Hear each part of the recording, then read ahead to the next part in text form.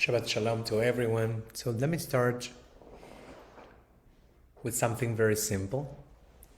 Think about the last gift you received. Not the biggest one or the most expensive one, just the last one. And now, let me ask you something deeper. Did it actually make you feel seen? Or was just an object? Because most of us know the difference between the two. We have received gifts that felt like a transaction, perhaps cold, efficient, a checkbox giving. And we have received gifts that felt like a revelation. The philosopher Martin Buber might say, the difference is whether we are in an I-it exchange, treating the other as a function or as an object, or perhaps as an I-thou encounter, where two souls actually meet in the middle. In this week's Torah portion, Teruma, God asks the people to bring gifts to build the sacred tabernacle, the Mishkan. But look closely at the phrasing. It says, take for me a teruma from every person whose heart is willing. Now you might know that Hebrew is a language of surgical precision. And there are two words that we use for gifts. One is matana and the other one is teruma. A matana is a horizontal gift. It moves from my hand to yours. It is a beautiful gesture, it's kindness, but it doesn't necessarily change the molecular structure of the giver. But teruma comes from the root rum, to lift, to elevate. Now, the Sfat Emet, the great Hasidic master of Ger, taught that when we give teruma, we aren't just moving an object from one place to another. We are lifting the physical world into the realm of the spiritual. And when you give with a willing heart, the object itself ceases to be a mere thing. It becomes now a ladder. A matana changes the receiver's pocket. A teruma transforms the giver's soul. Notice the order of operations in the text. God does not begin by saying, build me a sanctuary. First comes the teruma. First comes the inner willingness. Like the Kotzer Rebbe once said and once asked, where does God dwell? And his famous answer is, wherever we let him in.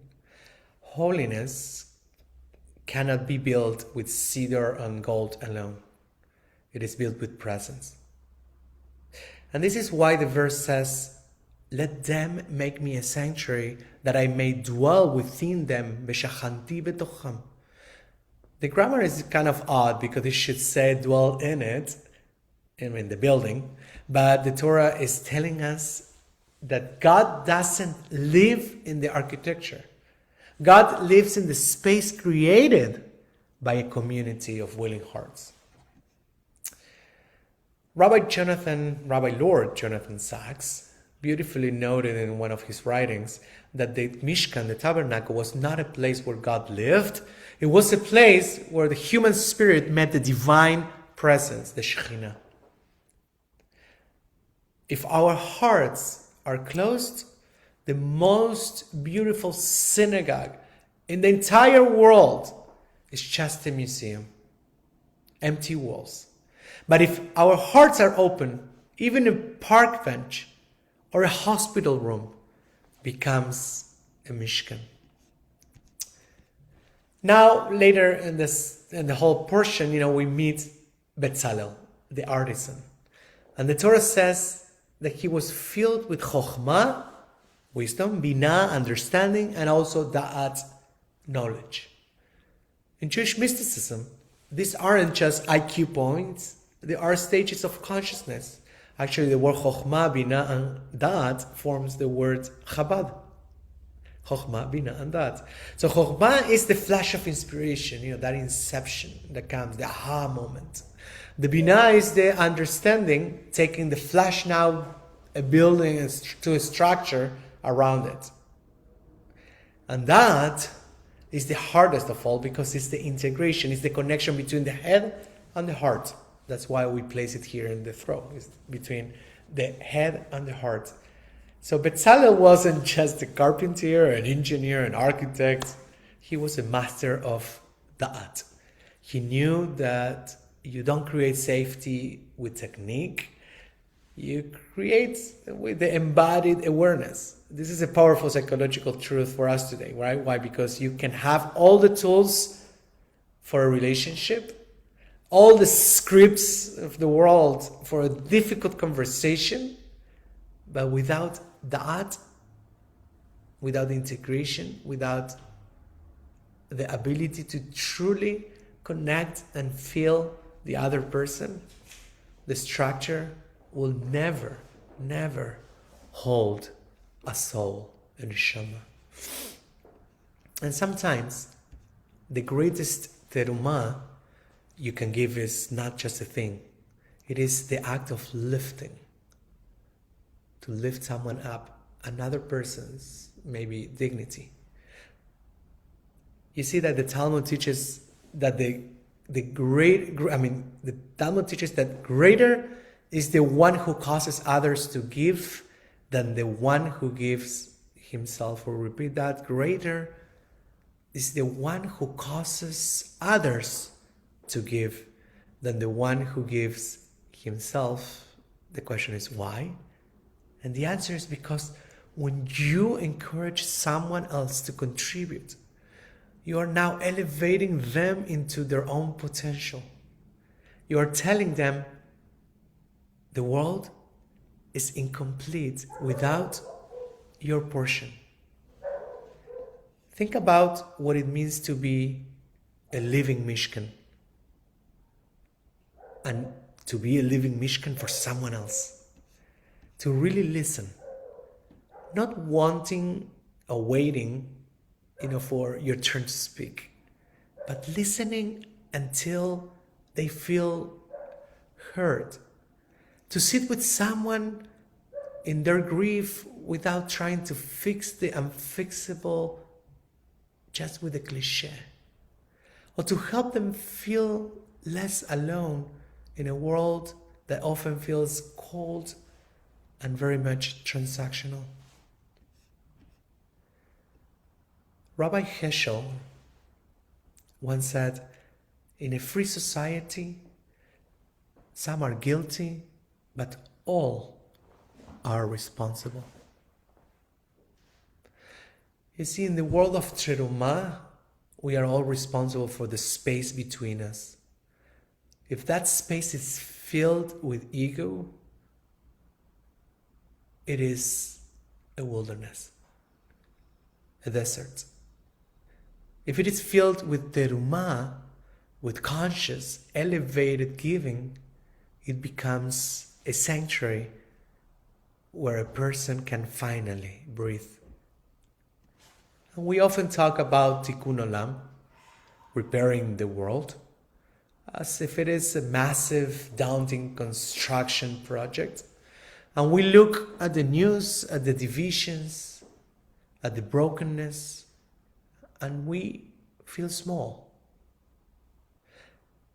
Now it comes the Zohar that teaches that the human being is a microcosm, a small world. And the world is also a macrocosm, a large human being. So we don't fix the whole world by shouting at the horizon. We fix it by becoming a safe harbor for the person standing right in front of us. When hearts soften, the world softens. When we create a sanctuary of one for a friend that might be in crisis, you are now practicing tikkun olam in its most concentrated, potent form.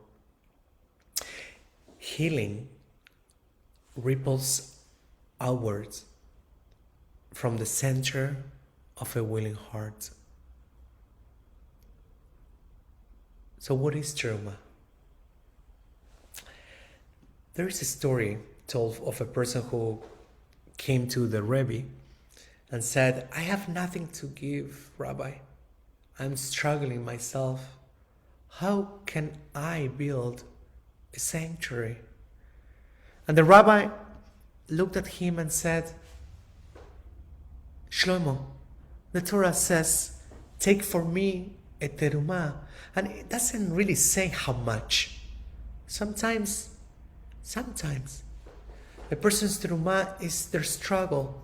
Sometimes your gift is simply the honesty of your brokenness, which allows now someone else to be honest about theirs. So here is the question for you all for this week. What is your teruma? Not what impresses, not what you give because you have to or because you don't want to look bad. What comes from that willing heart? What is your teruma? Is it the teruma of patience, maybe for a child who is testing your limits? A student, a parent, a sibling, a friend? Maybe it's the teruma of forgiveness for yourself for not being perfect or for someone else. Maybe it's the teruma of presence. Maybe putting down the phone and looking someone in the eyes until they feel like a person again. A real gift doesn't leave you empty. When you lift someone else, you find that you have been lifted as well. You cannot elevate another soul, another neshama, without rising a few inches yourself. May we become living sanctuaries, a living mishkan. May we build not just with our hands, but with our chokhmah, our bina, and our das. And together, may we build a world where the divine presence, the Shekhinah, finally feels at home. Shabbat Shalom. Umevorach.